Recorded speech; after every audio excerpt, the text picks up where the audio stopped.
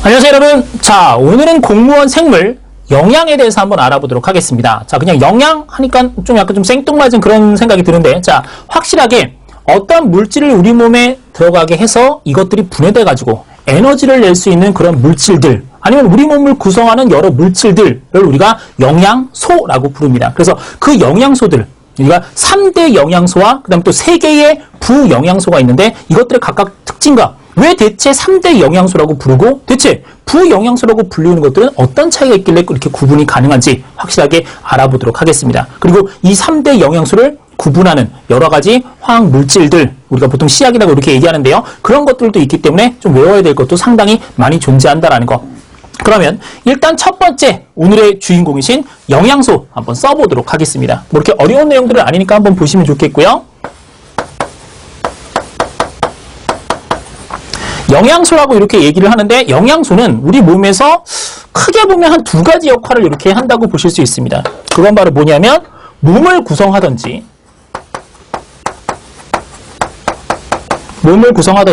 아니면 에너지원으로 이렇게 사용될 수 있습니다. 에너지원, 이렇게 줄여서 그냥 E1이라고 쓰겠습니다. 에너지원으로 이렇게 사용될 수 있다는 겁니다. 그래서 이것들을 우리가 보통 영양소라고 이렇게 얘기를 한다는 거죠. 그러니까 이런 것들은 생물들이 살아가는 데 있어서 너무나 필요한 굉장히 중요한 물질이 되겠다, 이렇게 생각을 해주시면 좋겠고요. 자, 이 영양소는 크게 어떻게 구분이 된다? 금방도 말씀드렸는데, 자, 3대 영양소라고 불리는 주 영양소가 있습니다. 주 영양소가 있습니다. 그 다음에 주 영양소 대신, 자, 주자가 들어갔으면 그 다음엔 부영양소라는 게 이렇게 있겠죠. 이렇게 크게 구분할 수 있다는 것. 자, 그러면 어떻게 주와 부를 나눠서 구분을 할 수 있을까요? 주와 부를 구분하는 가장 기본적인 이유는 바로 여기에 있습니다. 이 주 영양소는 에너지원입니다. 에너지원으로 사용할 수 있지만 부영양소는 우리 몸에 아무리 많이 들어있다 할지라도 에너지원으로 사용할 수가 없다라는 거죠. 그러니까 에너지원이냐 에너지원이 아니냐에 따라서 우리가 주 영양소, 부 영양소라고 이렇게 나누어서 구분할 수 있다라는 사실. 그러면 주 영양소에는 바로 누가 계시더라? 3대 영양소라고 불리는 탄수화물, 단백질, 지질, 우리가 흔히 지방이라고도 하는데 지방이 이렇게 지질에 속해 있는 거고요. 탄수화물, 단백질, 지질. 그 다음 부영양소에는 물, 무기염류, 비타민 같은 것들이 이렇게 포함되어 있다는 것. 그래서 구분을 확실하게 해주시고 누가 주 영양소고 누가 부영양소인지 고민을 좀 해주셔야 됩니다. 그러면 인체의 많은 구성성분, 자, 이런 것들이 정말로 많이 우리 몸에 포함되어 있는데, 이 중에서 가장 우리 몸을 많이 포함시키고 있는 건 여러분들, 자, 탄수화물, 단백질, 지질, 물, 무기염류, 비타민 중에서 우리 몸을 구성하고 있는 것 중에 가장 많은 양은 누굴까요? 바로 여러분들이 예상을 했을 거라고 생각하는데 물이 가장 많은 양을 차지합니다. 부영양소지만 물이 굉장히 많은 양을 차지하고요. 우리가 하루에 먹는 그 물의 양만 해도 굉장히 어마어마하죠. 자, 그 다음에 물과 함께 다음이 우리 세포와 그 세포라고 부르면 우리 몸의 형태를 유지하는 굉장히 중요한 것들인데, 그 세포를 구성하는 주 단백질이 이렇게 들어간다는 거죠.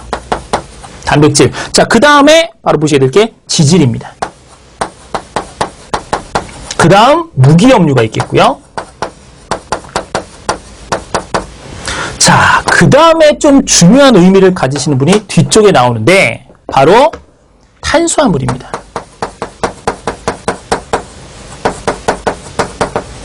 실제로 우리가 하루에 섭취하는 것은 물과 함께 제일 많이 섭취하는 게 바로 탄수화물입니다. 그러니까 섭취하는 비율이 굉장히 높습니다. 우리가 주식으로 할 수 있는, 자, 우리 동양 사람이라면 당연히 밥을 주식으로 할 거고요. 밥이 주식이라면 밥은 모두 다 탄수화물이죠. 가장 많이 먹겠죠.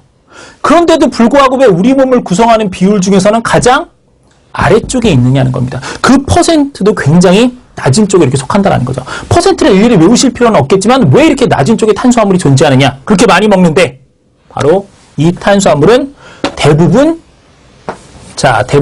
에너지원으로 사용되기 때문입니다. 대부분 우리 몸에서 섭취한 대부분이 에너지원으로 이렇게 사용되기 때문에 탄수화물이 몸에 얼마 안 남아있게 된다는 사실 꼭 알아두시면 좋겠고요. 그래서 순서대로 물단지 이렇게 그냥 외워두시는 거. 물단지, 그다음 무기염류, 탄수화물 요 순으로 이렇게 우리 몸을 구성하고 있구나 생각을 해주시고 자, 그럼 뭐 옆에 밑에 이제 표 한번 보시면 지금 설명했던 거 이렇게 나왔는데 물이 66% 굉장히 많은 양을 정말 차지하고 있죠. 그다음 단백질이 16%, 그다음에 지질이 13%, 무기염류 4%, 탄수화물이 그렇게 많이 섭취함에도 0.6%밖에 안 된다라는 거. 그다음 이제 뭐 기타 이런 것들이 있습니다. 자, 그럼 이제 본격적으로 주 영양소에 대해서 한번 설명을 드려보도록 하겠습니다. 자, 주 영양소입니다. 3대 영양소라고도 얘기합니다. 3대 영양소. 자, 3대 영양소라고도 얘기하는데 바로 에너지원으로 쓰일 수 있는 굉장히 중요한 아이들이라는 거죠. 자, 위에서 금방 써드렸죠. 에너지원. 자, 이 에너지원은 계속 강조해도 부족하지 않습니다. 에너지원 이렇게 해주시고 그 주 영양소의 가장 첫 번째 핵심 바로 탄수화물입니다.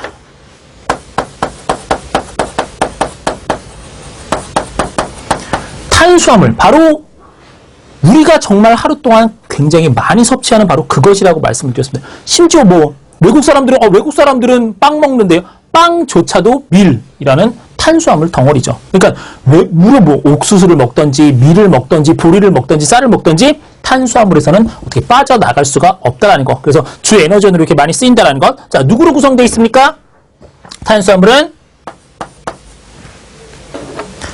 탄소와 수소와 산소 요걸로 구성되어 있습니다. 그 다음에 그람당 4kcal의 열량을 냅니다. 칼로리에 그람당, 그러니까 탄수화물 1g당 보통 4kcal의 열량을 이렇게 내주신다라는 것. 그 다음에 에너지원으로서 몸의 구성성분이기도 합니다. 근데 뭐 이것뿐만이 아니라 탄수화물 주 영양소 모두는 에너지원이면서 모두 다 몸의 구성성분이라는 것. 누가?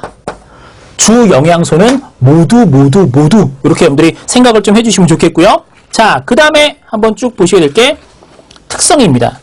광합성 작용으로 생성되는 최초의 유기물 바로 포도당이죠. 그것조차도 역시 탄수화물에 이렇게 속한다라는 사실. 그래서 섭취하는 음식물 중 가장 많은 양을 차지한다. 이것도 금방 말씀을 드렸습니다. 자, 그런데 에너지원으로 이용되고 남은 것은 간이나 근육의 글리코겐 형태로 저장되거나 지방으로 전환되어 피하나 장갑막에 여기가 좀 슬픈 일이죠. 여러분들이 하루에 사용하시는 양보다 더 많은 양의 탄수화물을 섭취하게 되신다면 슬픈 일이 벌어진다는 겁니다. 슬픈 일이. 어떻게? 뭘로? 지방으로 이렇게 전환돼가지고 피하지방, 내 피부 밑에 저장이 된다는 거죠. 물론 내 몸 입장에선 나중에 쓸 일이 있을 거야 하고 저장을 하지만 결국 이게 살찌는 원인이 된다는 겁니다. 뭐 기름진 음식 이런 거 피하고 밥만 많이 드셔도 이런 일이 충분히 벌어질 수 있다는 것. 그래서 탄수화물 같은 경우에는 한번 써보도록 하겠습니다. 자, 최초의 유기물로 섭취하는 음식물 중 가장 많은 양, 가장 많이. 자, 음식물 중 가장 많이 섭취하고요.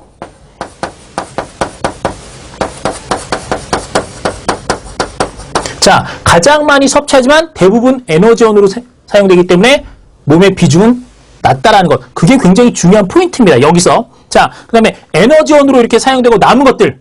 자는 어떻게 된다?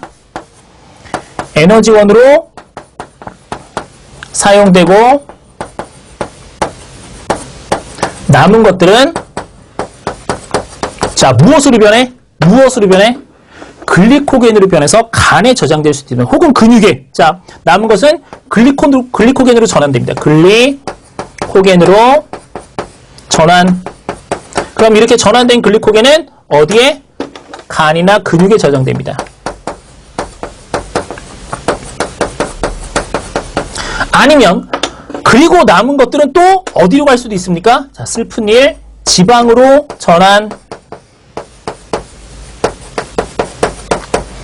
지방으로 전환된 것은 우리가 제일 싫어하는 피하 지방이나 장갑막, 내장지방 같은 이런 아이들을 만드는데 잘 빠지지도 않지. 이런 아이들로 이렇게 전환돼서 저장이 될 거라는 것. 그래서 이렇게 변하게 되는구나. 이것이 바로 뭐구나? 탄수화물이구나. 그렇게 깨달아 주셨으면 좋겠습니다. 그런데 이 탄수화물은 보다 더 자세하게 나눌 필요가 있습니다. 탄수화물을 보다 더 자세하게 나누면 크게 세 가지 파트로 이렇게 나눌 수 있다는 거죠. 그래서 탄수화물의 종류 한번 보도록 하겠습니다.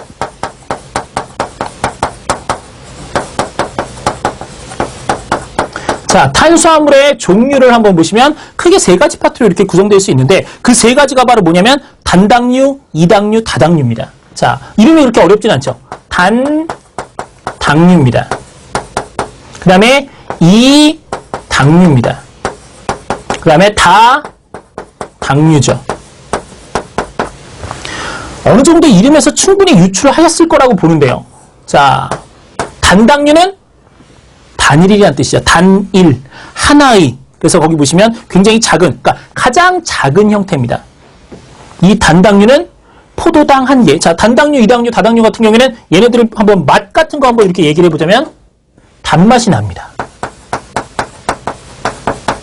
얘도 단맛이 나는데 얘는 단맛이 나지 않습니다. 단당류, 이당류는 또 물에 잘 녹습니다. 그리고 이당류도 물에 녹는데 다당류는 또 물에 잘 녹지 않습니다. 그래서 등장하시는 분들이 바로 다당류의 포도당, 단당류의 포도당, 가장 작은 형태, 그러니까 탄수화물의 가장 기본 형태라고 보시면 되겠어요. 바로 광합성할 때 만들어지는 그 중요한 포도당, 그 다음에 과당, 그 다음 갈락토스 등이 있습니다. 자, 이런 것들이 단당류, 바로 탄수화물에 있어서 가장 기본이 될 아이들입니다. 탄수화물을 분해했을 때 가장 마지막에 남는 아이들이 바로 이 포도당, 과당, 갈락토스라는 거고 이것들이 분해되어서 바로 우리 몸에 쏙 흡수돼서 에너지를 만들 수 있게 되는 굉장히 중요한 바로 그런 요소들이라는 거죠. 자, 그러면 이당류라는 말은 무슨 말일까요? 이당류는 이런 단당류, 단일로 된 당류가 두 개 결합해 있다 라고 이렇게 보시면 되겠죠. 그래서 거기 한번 보시면 엿당. 자, 엿당 중요합니다. 누구하고 누가 붙어 있어? 포도당 두 개가 붙어 있는 겁니다. 포도당 플러스 포도당 붙어 있는 걸 우리가 엿당이라고 되어 있고요. 그 포도당하고 포도당이 화학적 결합을 하면 우리가 엿당이라고 부릅니다. 자, 그러면 이 엿당을 분해하면 포도당 두 개가 나오게 되는 거죠. 그 다음에 설탕. 설탕은 포도당과 과당이 이렇게 연결되어 있으면 우리가 설탕이라고 얘기합니다. 그 다음 젖당도 나와 있죠. 젖당은 포도당하고 갈락토스가 이렇게 돼 있으면 이렇게 우리가 이당이라고 얘기할 수 있다라는 것. 자, 그러면 다당류는 뭘까요? 다자가 무슨 마늘 다자죠. 굉장히 많이 들어있다라는 겁니다. 상상도 못할 정도로 녹말. 그러니까 이건 뭐 이렇게 표현하기엔 좀 애매하긴 하지만 뭐 굳이 한번 표현하자면 포도당이 뭐 엄청나게 많이 이렇게 연결돼 있으면 뭐 수천 이렇게 개가 연결돼 있으면 우리가 그걸 개수가 딱 정해져 있는 것도 아닙니다. 이런 걸 우리가 바로 다당류라고 얘기한다라는 것. 자, 그 다음에 글리코겐과 셀룰로스도 여기에 속한다라는 것. 이렇게 속한다라는 사실 알아두시면 좋겠습니다. 자, 그래서 단당류, 이당류, 다당류. 아, 탄수화물은 이렇게 나누는구나. 그런데 탄수화물의 가장 기본 단위. 자, 우리가 보통 섭취할 때는 이당류, 다당류로 이렇게 섭취를 해서 우리 몸에서 소화 과정을 거쳐서 가장 기본 단위인 이런 포도당, 과당, 갈락토스 같은 단당류까지 이렇게 분해, 소화하게 된다, 쪼개주게 된다라는 겁니다. 그럼 이렇게 된 포도당, 과당, 갈락토스는 우리 몸에 흡수할 수 있을 정도의 크기라는 거죠. 그럼 이런 것들을 흡수해서 바로 에너지원으로 이렇게 만들게 된다. 그게 바로 우리 요 영양소 바로 다음에서 배우실 소화 이렇게 되시겠다라는 것. 그걸 좀 신경을 써주시면 좋겠고요. 자, 그럼 이렇게 해서 이제 주 영양소 중에 하나 탄수화물을 봤다면 그 다음에 영양소 우리 몸을 구성하고 있는 세포막을 구성하고 있고 우리 몸의 대부분 세포를 이렇게 형태를 구성하고 있는 바로 단백질 되시겠습니다. 자, 얘는 두 번째 단백질입니다. 단백질은 다른 주 영양소와는 다르게 C와 H와 O로 구성되어 있는 건 맞는데 여기에 하나의 원소가 더 들어가 있습니다. 그게 바로 뭐냐면 질소라는 거죠. 그래서 얘는 CHON, 질소가 하나 더 들어와 있어서 이걸로 구성이 이렇게 된다는 겁니다. 질소가 하나 더 포함되어 있다는 사실 여러분들 이거 잊으시면 안 돼요. 단백질은. 그래서 이 질소 때문에 우리가 나중에 이제 배설할 때 이것 때문에 바로 암모니아가 생성되는구나. 암모니아, NH3죠? 바로 이 단백질 때문에 암모니아가 우리 몸에서 생성되는구나. 그럼 그걸 몸 밖으로 빼내기 위한 그 일련의 과정, 배설. 이렇게 여러분들이 알아두시면 좋겠습니다. 물론 뭐 이것만 빼내려고 배설하는 건 아니지만, 그래서 돼 있고, 그 다음에 외에 황도 이렇게 포함하는 경우도 있다. 자, 외에 플러스 황도, 이것들에 비해서는 굉장히 소량 들어가 있습니다. 이렇게 포함하는 경우도 있다. 그래서 단백질은 이런 구성으로 돼 있구나. 그럼 이것도 주 영양소면 에너지를 낼 수 있다는데, 얼마의 에너지를 낼 수 있어?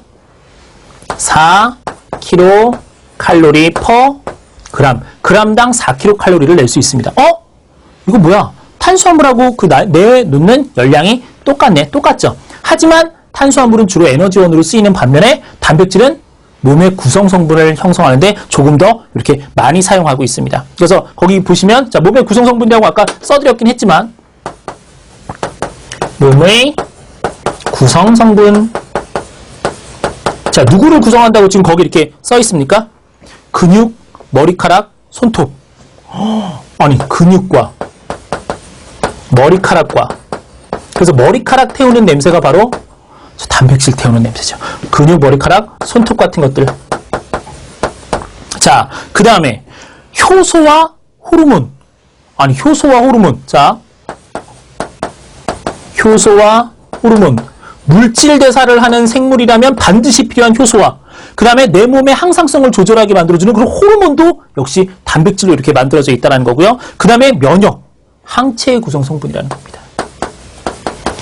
외부에서 나쁜 균이 들어왔을 때 그걸 방어할 수 있는 바로 그런 항체를 생성하는 것도 역시 단백질로 되어 있다는 거. 그러니까 얼마나 중요한지 두말하면 잔소리죠. 그러니까 이 단백질은 바로 우리가 점점 자라는 성장기에 이제 많이 이렇게 필요한 조건이 되겠다라는 것. 자, 그런데 단백질은 우리 몸에서 여러 가지 물질들을 이렇게 만들어줄 수 있지만 단점이 있습니다. 그건 바로 뭐냐면 열과 산에 약하다라는 거죠.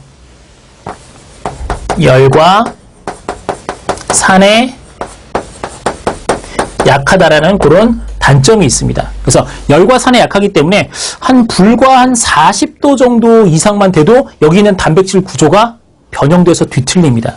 그럼 이제 더 이상 쓸 수 없게 되는 거죠. 한번 변형된 단백질은 다시 원래대로 되돌아오지 않기 때문에 여러분들 그 단백질에 대해서는 그 온도 굉장히 중요하게 생각하시면 되겠고요. 그러니까 대표적인 예가 뭐 이런 거죠.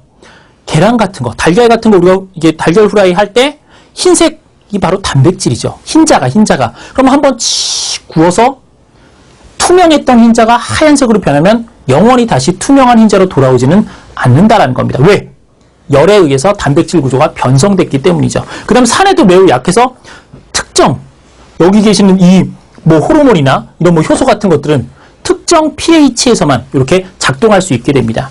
근데 그 pH가 약간 조금이라도 낮거나 높거나 이렇게 되면 효소나 호르몬이 딱 작동을 못하게 되는 거죠. 하지만 그것 때문에 분명한 장점도 있긴 있습니다. 그럼 나중에 이제 효소나 호르몬 할 때 따로 이렇게 설명을 드리도록 하겠고요. 그 다음에 종류는 기본 단위가 아미노산이라는 거. 자, 가장 단백질의 기본 단위. 즉, 아까 탄수화물을 쪼개면 가장 작은 기본 단위가 뭐라고 말씀드렸죠? 바로 여기 있는 포도당이라고 말씀드렸죠. 이게 바로 누구의 기본 단위라고 말씀을 드렸어요? 탄수화물의 기본 단위라고 말씀을 드렸죠. 자, 그러면 단백질의 기본 단위는 누구다? 기본 단위. 단백질을, 그 덩어리진 단백질을 쪼개고 분해하면 가장 마지막에 남는 애는 바로 이분이 되겠다. 아미노산이 이렇게 될 것이다 라고 여러분들이 생각해 주시면 좋겠습니다. 자, 몇 종의 아미노산이 있습니까? 20여 종의 아미노산이 이렇게 있습니다. 20여 종의 이렇게 아미노산이 있고요. 자, 그래서 결합 순서에 따라서 단백질 종류가 결정된다. 그래서 아미노산은 펩티드 결합에 의해서 연결된다라고 하는데, 자, 그 펩티드 결합, 여러분들이 보셨을 때 약간 좀 생소할 수도 있는 결합인데, 어떤 아미노산에 자, 요런 파트가 있는 아미노산이라면 이 파트를 다 가지고 있습니다. 우리가 이걸 카르복실기라고 이렇게 얘기를 하고요. 그 다음에 아미노기가 있는데, 아미노기는 이렇게 돼 있는 부분입니다. 자, 지금 얘 한번 보시면 요 부분과 어떤 아미노산의 이 부분과 어떤 아미노산의 요 부분이 결합을 하게 됩니다. 결합을 하면서 자, 요 OH와 H가 이렇게 합해져서 물이 되면서 빠져나가죠. 물이 되면서 이렇게 빠져나가죠. 그러면서 이 부분과 이 부분이 철컥 하고 결합을 하게 되는데, 자, 결합을 하게 되면 우리가 그걸 잘 보시기 바랍니다. 이 부분이 빠져나가면 CO와 N과 H, 이 부분이 되겠죠. OH와 H가 물이 되면서 빠져나가면서, 그래서 아미노기와 여기 있는 바로 카복실기가 이렇게 합쳐지면서 바로 뭐가 되겠습니까?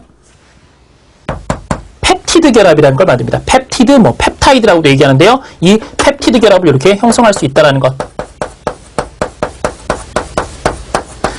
그래서 아미노산을 얘기할 때 이 펩티드라는 말이 굉장히 많이 나옵니다. 나중에 소화를 할 때 소화효소 이름에도 이 펩티드라는 이름이 굉장히 많이 나옵니다. 뭐 펩티다제 같은 이런 소화효소의 이름들도 등장하신다는 것. 그러니까 펩티다제, 그건 바로 단백질을 분해하는 효소겠구나. 그렇게 여러분들이 생각을 해주시면 정말로 좋겠다라는 것. 그래서 확실하게 알아두시면 좋겠습니다. 그래서 이 펩티드 결합이 보인다면 이건 바로 아미노산이 틀림없어. 그리고 뭐? 열과산에 너무 약해. 그래서 이게 바로 누구의 특징이야? 단백질의 특징이라는 것. 자, 이제 뒤쪽에 거기 한번 보시면 필수 아미노산이 있는데, 자, 여기 중요합니다. 아미노산 중에서 체내에서 합성되지 않는 것들이 있습니다. 그러니까 반드시 음식물을 통해서 섭취해야 된다는 거죠. 이거 없으면 정말 큰일이 납니다. 그렇기 때문에 성인은 8종, 어린이는 10종의 필수 아미노산을 섭취해야 된다는 것. 누구의 존재도 있어? 바로 필수 아미노산의 존재. 자, 이 필수 아미노산은 우리 어떻게 돼? 몸에서 합성되지 않습니다. 합성되지 않기 때문에 반드시 음식물을 통해서 이렇게 섭취를 해야 된다는 것. 그걸 뭐라고 불러? 필수 아미노산이라고 이렇게 부른다라는 사실을 꼭 알고 계셨으면 좋겠습니다. 자, 이제 뒤에 지질과 나머지 부영양소들 이렇게 남아있는데요. 칠판 한번 싹 정리하고 계속 알아보도록 하겠습니다. 자, 그러면 주 영양소로 쓰인다는 지질 계속 한번 알아보도록 하죠. 자, 우리가 주 영양소에 대해서 이렇게 계속 다루고 있는데 이제 마지막 편입니다. 주 영양소 중 지질입니다. 여러분들 흔히 이제 지방이라고도 이렇게 알 수 있겠는데, 그 지방은 지질에 이렇게 속하시는 분이라고 말씀드렸죠. 자, 우리 주 영양소의 특징이 뭐라고 말씀드렸죠? 에너지원이고 몸의 구성 성분이다라고 계속해서 말씀을 드렸죠.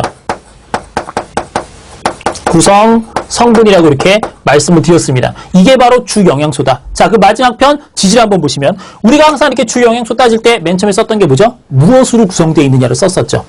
탄수화물은 CHO, 그 다음에 단백질은 CHON, 거기에 이제 S까지. 그런데 지질은 탄수화물과 같이 C와 H와 O로 이렇게 구성되어 있습니다. 자, 그런데 열량이 조금 틀립니다. 탄수화물과 단백질은 g당 4kcal의 열량을 냈지만 얘는 g당 9kcal의 열량을 낼 수 있습니다. 굉장히 많은 열량을 내고 있죠. 다른 아이들에 비해서 2배 이상입니다. 같은 질량에서 2배 이상의 열량을 이렇게 내고 있다는 것. 그게 바로 지질의 특징이라는 사실 알아두시면 좋겠고요. 얘는 물에 잘 녹지 않습니다. 지질, 지방. 여러분들이 어느 정도 좀 눈치를 채셨을 수도 있겠지만 얘네들은 물에 잘 녹지 않는다는 것. 잘 녹지 않은. 자, 물에 잘 녹지 않기 때문에 얘네들을 어디에 녹여야 되냐면 거기는 여러 가지 용매가 있죠. 유기용매. 에테르, 클로로포름, 뭐 좀 이렇게 몸에 이렇게 좋지 않은 애들이긴 하지만 다 일종의 발암물질이기도 하고요. 자, 다루기도 힘든 아이들입니다. 불에도 잘 붙고. 그래서 유기용매에 녹인다라는 것. 그러니까 실험을 할 때 우리가 지질을 녹일 필요가 있다면 물에 녹이는 것보다 물에 녹이면 오히려 그냥 둥둥둥 뜰 수 있기 때문에 유기용매에 녹인다라는 것. 용매에 녹임. 그래서 에테르, 클로로포름, 알코올 이런 것들을 이렇게 녹여서 우리가 실험을 해주시면 좋겠다. 자, 그러면 종류가 뭐가 있다? 이것도 탄수화물처럼 정말 다양한 종류가, 우리 지질의 종류가 이렇게 나타날 수 있겠는데요.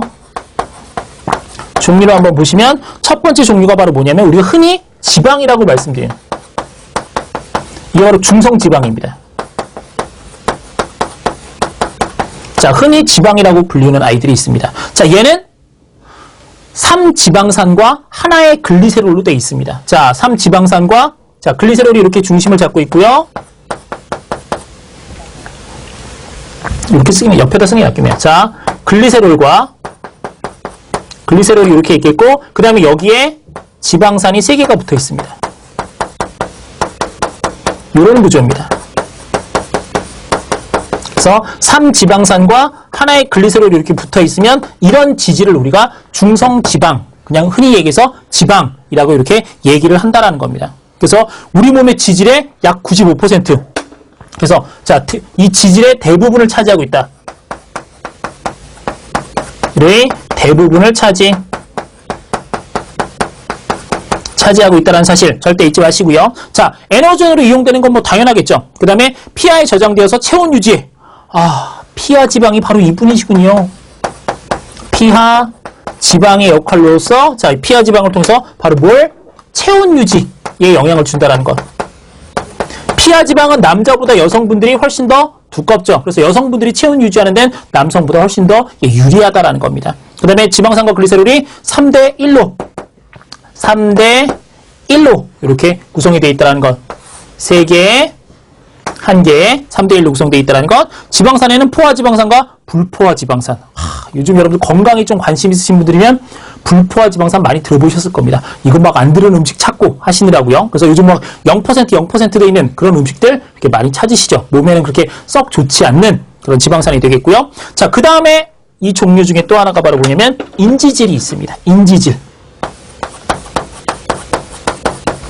자, 인지질이 있는데 인지질 어디서 많이 좀 들어본 것 같은데 여러분들이 세포를 배우시면서 살짝 이렇게 들어보셨을 겁니다. 바로 누구? 세포막과 핵막의 주성분이죠. 막구조를 나타내는 생체막 구조의 주성분입니다. 생체막의 주성분. 이분이 바로 누가 되시겠다? 바로 인지질 이렇게 되시겠다라는 사실. 자, 그 다음에 이제 마지막 스테로이드. 스테로이드 하면 머릿속에 뭔가 좀 딱 떠오르시는 거 없어요? 스테로이드 하면 여러분들이 보셨어요. 구성이 약간 좀 복잡해 보이긴 하는데 바로 여기 계시는 콜레스테롤. 뭐 안 좋아 보이죠? 딱 봐도. 그렇다고 뭐 콜레스테롤이 몽땅 다 나쁜 것도 아닙니다. 뭐 좋은 콜레스테롤도 있고 나쁜 콜레스테롤도 분명히 있긴 있습니다.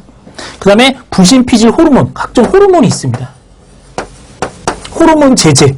그래서 스테로이드가 들어간 약들이 있는데, 자, 이 약들은 뭐 어느 정도 정확하게 좀 적합하게만 쓰이면 몸을 건강하게 유지하는 데 좋긴 하겠지만 너무 나쁜 쪽으로 쓰여서 뭐 우리가 도핑할 때, 그래서 이렇게 뭐 어떤 운동을 하는데 이런 것들을 막고 좀 더 강력한 근육을 원할 때 그런 때도 쓰일 수 있다는 거. 하지만 불법이라는 거. 그리고 몸을 망칠 수도 있다는 거. 그걸 여러분들이 꼭 알고 계셨으면 좋겠습니다. 그래서 이런 것들 우리가 지질에 이렇게 속한다는 것. 그래서 종류에는 지방, 인지질, 스테로이드 이런 것들이 있구나. 특히 지방의 구조가 하나의 글리세롤과 3개의 지방산으로 되어 있다는 사실은 여러분들이 여기서 알고 계셨으면 좋겠습니다. 자, 그러면 우리가 이렇게 3대 영양소라고 불리는 주 영양소에 대해서 이렇게 쭉 배워봤습니다. 그러면 이 주 영양소를 구분할 수 있는 방법, 여러 가지 이렇게 시약이 나와 있는데요. 그 구분할 수 있는 방법에 대해서 한번 얘기를 해보도록 하겠습니다. 요거는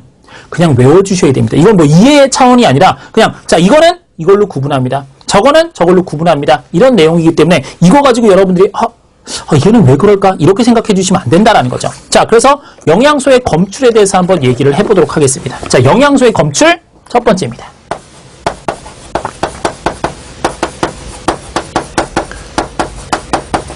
우리가 배웠던 3개의 영양소를 검출하는 방법을 한번 알아보도록 하겠습니다. 그 중에서 탄수화물은 우리가 크게 2개로 나눌 수 있는데요.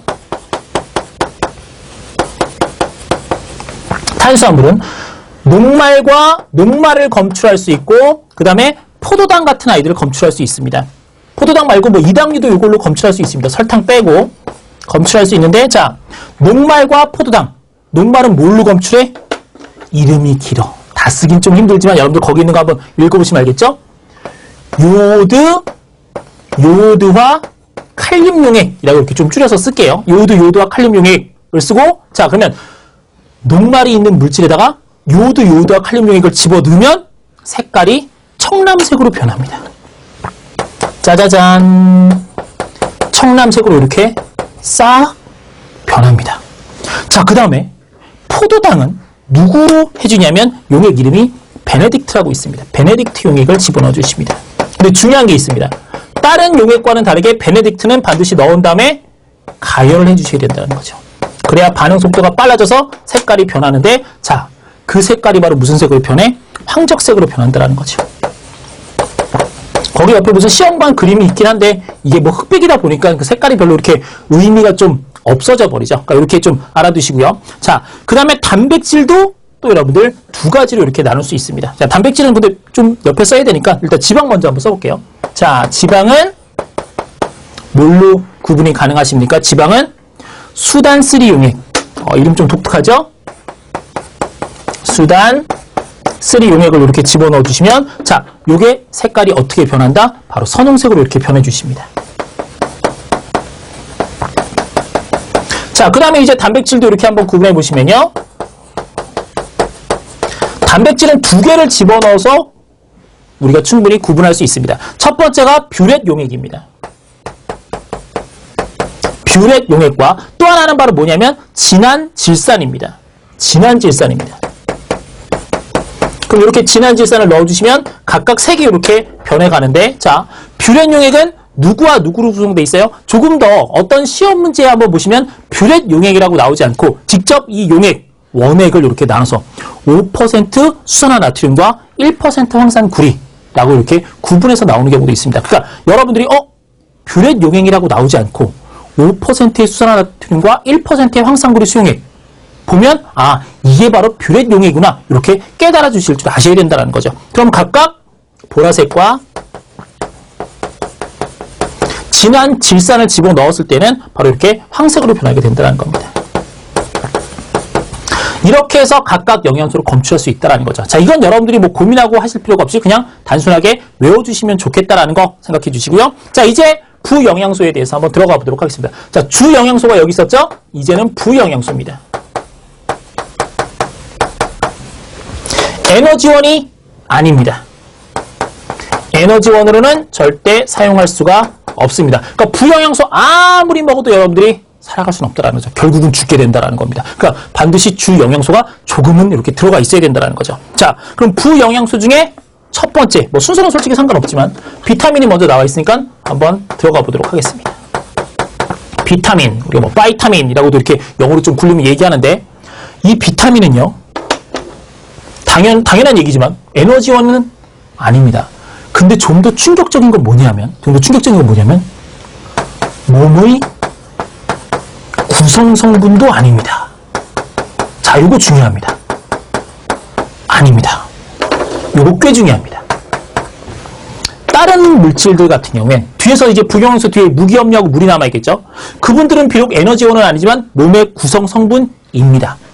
그러니까 탄수화물, 단백질, 지방, 물, 무기염료가 모두 다 몸의 구성 성분인데 여기 계신 비타민만 몸의 구성 성분이 아니라는 거죠. 그래서 그건 여러분들이 잘 알아두시면 좋겠고요. 그럼 얘는 바로 뭐야? 적은 양으로 이렇게 보통 몸의 생리 기능을 조절합니다. 자, 몸의 생리 기능이나 바로 몸에서 일어나는 뭐 여러 가지 화학 물질, 화학 반응 같은 것들을 이렇게 조절해 주신다라고 얘기를 하셔야 되겠고요. 그 다음에 체내 합성이 안 됩니다. 그럼 체내 합성이 안 된다라는 건 합성이 안 되니까 뭘 하셔야 되겠습니까? 바로 섭취를, 음식물을 통해서 섭취해야 된다는 거죠. 아까 아미노산하고 비슷하죠.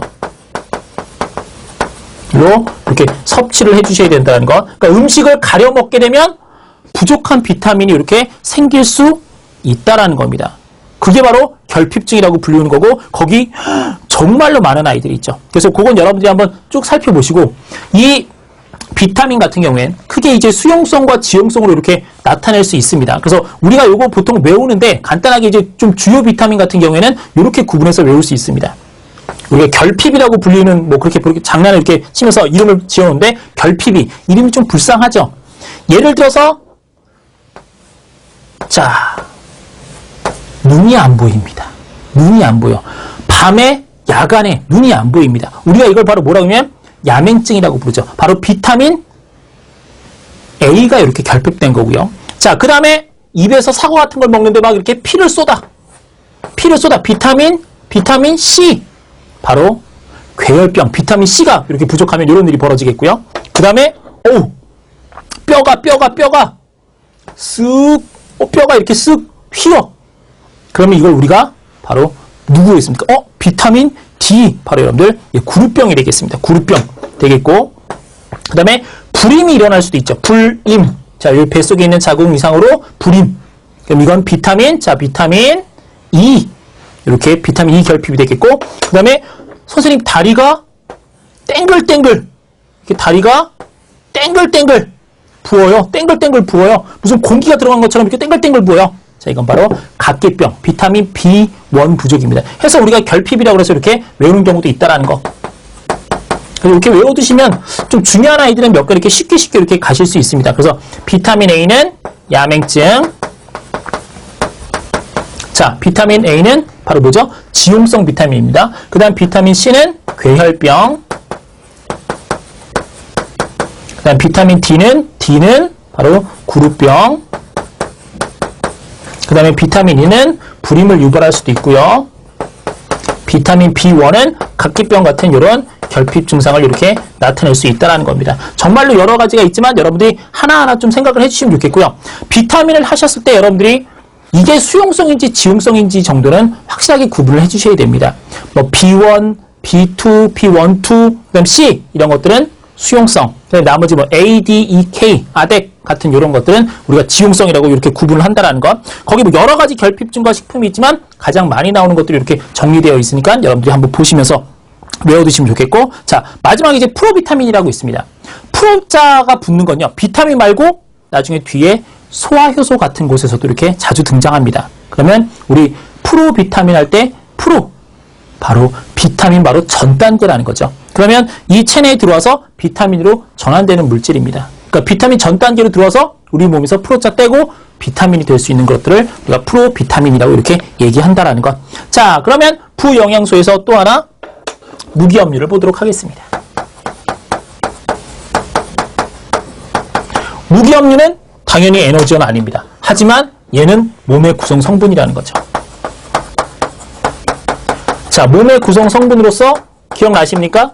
물 1등, 단백질 2등, 지질 몇 등? 3등. 그 다음에 무기염류가 4등이셨습니다. 선생님, 대체 무기염류가 무엇입니까? 이렇게 질문하시는 분들이 많은데, 무기염류는 여러분이 했을 때 그 금속 이온들 같은 것들 있죠. 그러니까 포카리스웨트 안에 들어있는 그런 물질들이라고 생각하시면 좋겠습니다. 각종 이온들, 이 우리가 바로 보통 거기 지금 보시면 다 얘네들이 이온 형태로 우리 몸에서 둥둥둥둥 떠다니는데 이런 것들을 무기염류라고 얘기를 합니다. 자, 이것도 역시 생리 기능을 조절하죠.